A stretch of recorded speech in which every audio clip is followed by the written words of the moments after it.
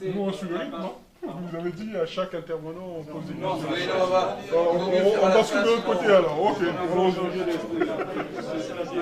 s'il vous plaît. On va maintenant passer la parole à Maître Norbert Tricot, qui est avocat au barreau de Paris, lobbyiste international, il aura le temps de se présenter.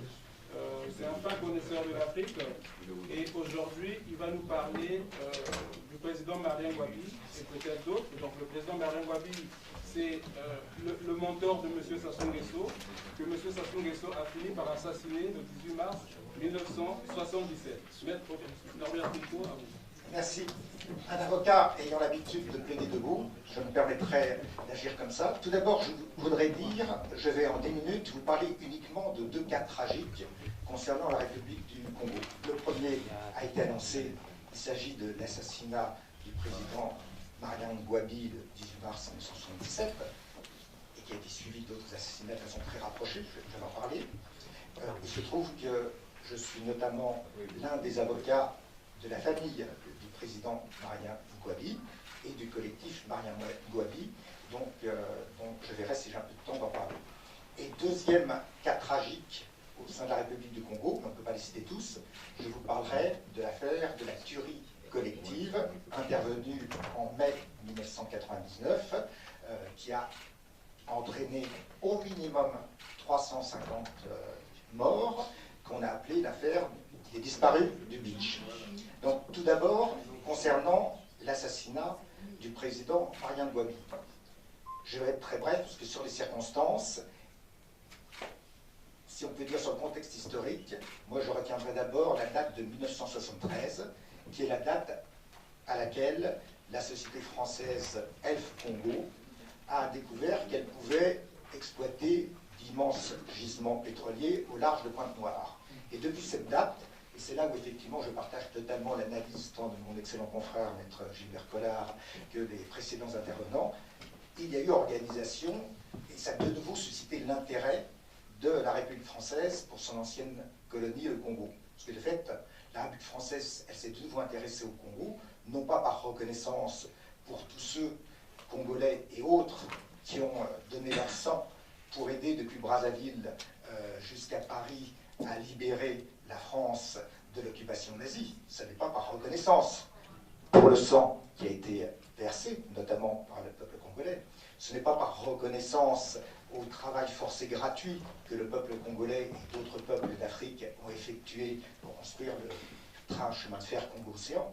Je précise que je suis aussi l'un des avocats du CRAN, le Conseil représentatif des associations noires de France, qui regroupe 120 associations des diasporas africaines, et j'ai eu à rédiger une association contre l'État français, représentée par l'agent judiciaire de l'État, et contre la société SPI Batignolles, qui est la descendante de la société qui a exploité le chemin de fer Congo-Océan, avec tant de morts, de travail gratuit, d'esclavage gratuit.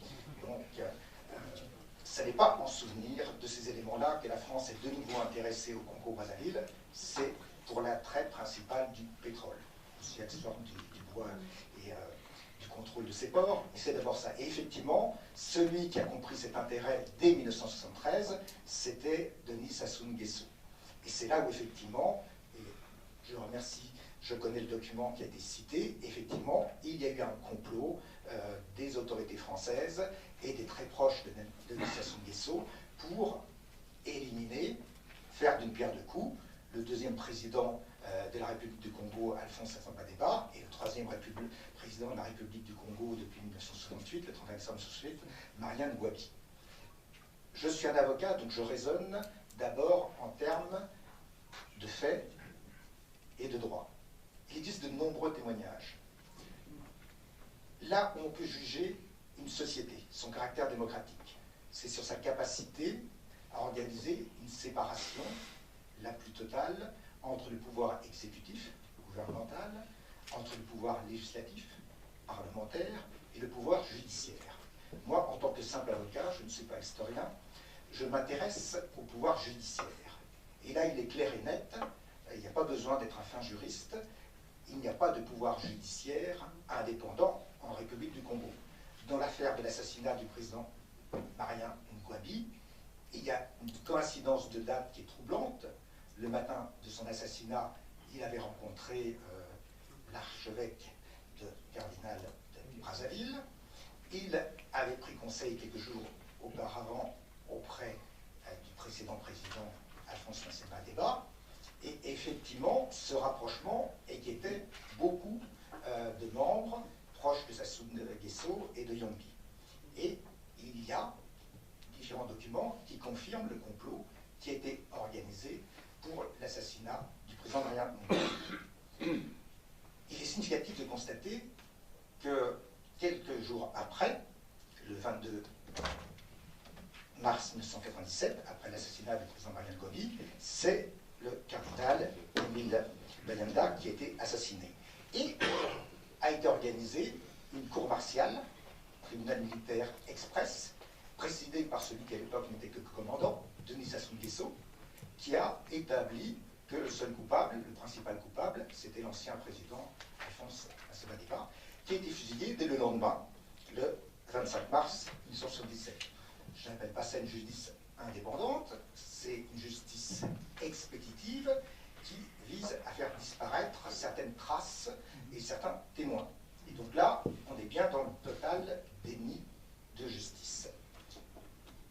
Et donc, pour être bref, parce qu'il ne me reste pas beaucoup de temps, je pourrais dire, M. Denis Sassou Nguesso devrait réfléchir à la situation qui est intervenue au Burkina Faso. Comme vous le savez, le 31 octobre 2014, la population civile burkinabé s'est soulevée. Il y a eu même des organisations que je soutenais à l'époque, notamment le mouvement du ballet citoyen, qui ont contribué à cette mobilisation populaire.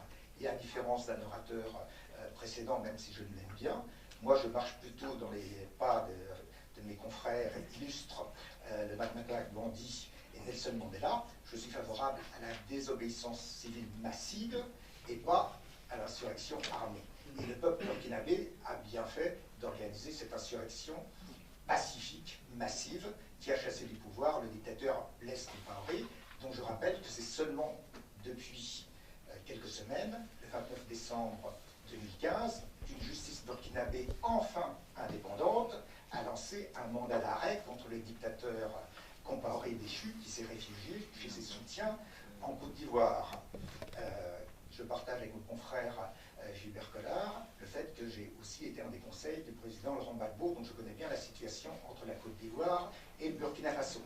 Et donc les dictateurs et les rebelles, dont Guillaume Soro, ont tendance à se soutenir et même à tenter un coup d'État qui n'a pas réussi au Burkina Faso pour empêcher le processus démocratique. Donc là aussi, je me bats et je soutiens la veuve de Thomas Sankara pour que justice soit faite sur l'assassinat de Thomas Sankara, de la même manière que nous ferons en sorte que justice soit faite sur l'assassinat du président Maria Ngouabi. Très brièvement, je vais parler des disparus du beach.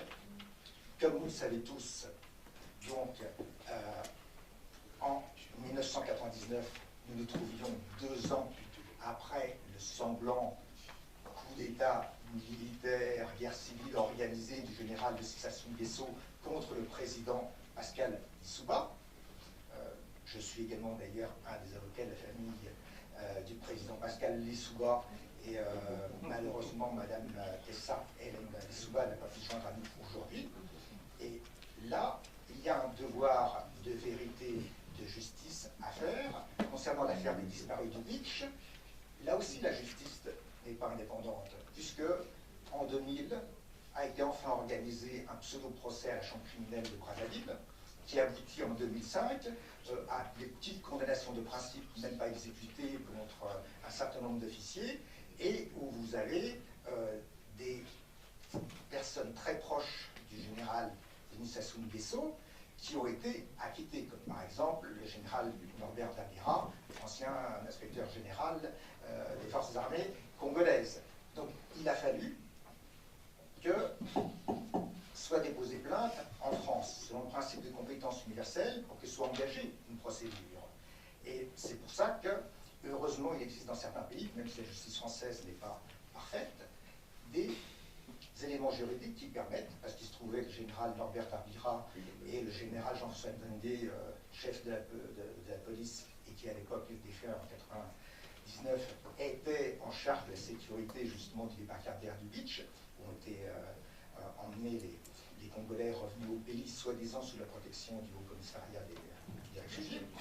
Donc, en France, là aussi, je vais être très bref, les pressions, et c'est là que je soutiens l'analyse de la double dictature, dictature du dehors et dictature de l'intérieur, eh bien, la justice française a été très sensible depuis le 31 décembre 2001 aux pressions